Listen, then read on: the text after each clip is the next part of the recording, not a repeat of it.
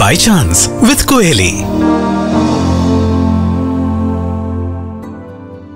শহরের ব্যস্ত বিকেল, গড়িয়াহাট মোড়ের ভিড় জমা বাসস্ট্যান্ড।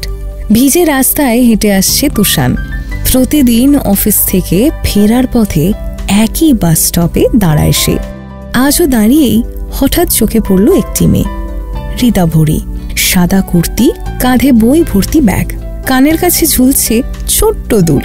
মেয়েটা দাঁড়িয়ে আছে, কানে ইয়ারফোন, ঠোঁট নাড়ছে গানের তালে। তুষানের হার্টবিটটা হঠাৎ যেন থেমে গেল। বৃষ্টি শুরু হতেই সবাই শেডের তলায় ভিড় করল। তুষান খেয়াল করল ঋতাভরির হাতে ছাতা নেই। নিজের ছাতাটা বাড়িয়ে দিল। আপনি চাইলে শেয়ার করতে পারেন কিন্তু। ও থ্যাংক ইউ, আমি না একদম ছাতাটা নিতে ভুলে গেছি। আরে কোনো অসুবিধা নেই। দুজন পাশাপাশি দাঁড়িয়ে রইল।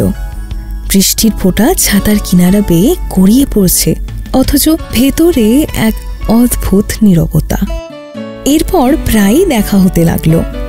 একই বাস স্টপ, একই সময়। কখনো দুজন পাশাপাশি দাঁড়িয়ে নীরবে বই পড়ে, কখনো দু একটা হালকা কথা। একদিন ঋতাভরি বলল, জানো এই বাস স্টপটা আমার কাছে স্পেশাল হয়ে গেছে। কেন? কারণ এখানে প্রতিদিন একটা শান্ত মানুষ ছাতার নিচে দাঁড়িয়ে থাকে। তুষান থমকে গেল, কিন্তু কিচ্ছু বলল না। একদিন অফিসে তুষানের প্রিয় বন্ধু ও তার কলিগ অর্ক তাকে বলল, এই তুই প্রতিদিন এই একই বাস স্টপে নেমে কি করিস বলতো? মেয়েটাকে ভালো লেগেছে না? হ্যাঁ জানিস তো, কিন্তু বলার সাহসটাই পাই না কিছু। শোন ভাই, সাহস না পেলে ভালোবাসা বাস স্টপেই থেকে যাবে, গন্তব্যে পৌঁছবে না। তুষান সেদিন অনেকক্ষণ চুপ করে রইল। এক সন্ধ্যায় ঋতাভরি হঠাৎ অদ্ভুতভাবে বলল, তুমি কি কখনো ভেবেছো আমরা যেটা করছি সেটা হয়তো শুধু একটা অভ্যাস? তার মানে তুমি বলতে চাইছো এটা শুধু অভ্যেস, আসলে নয়? হয়তো।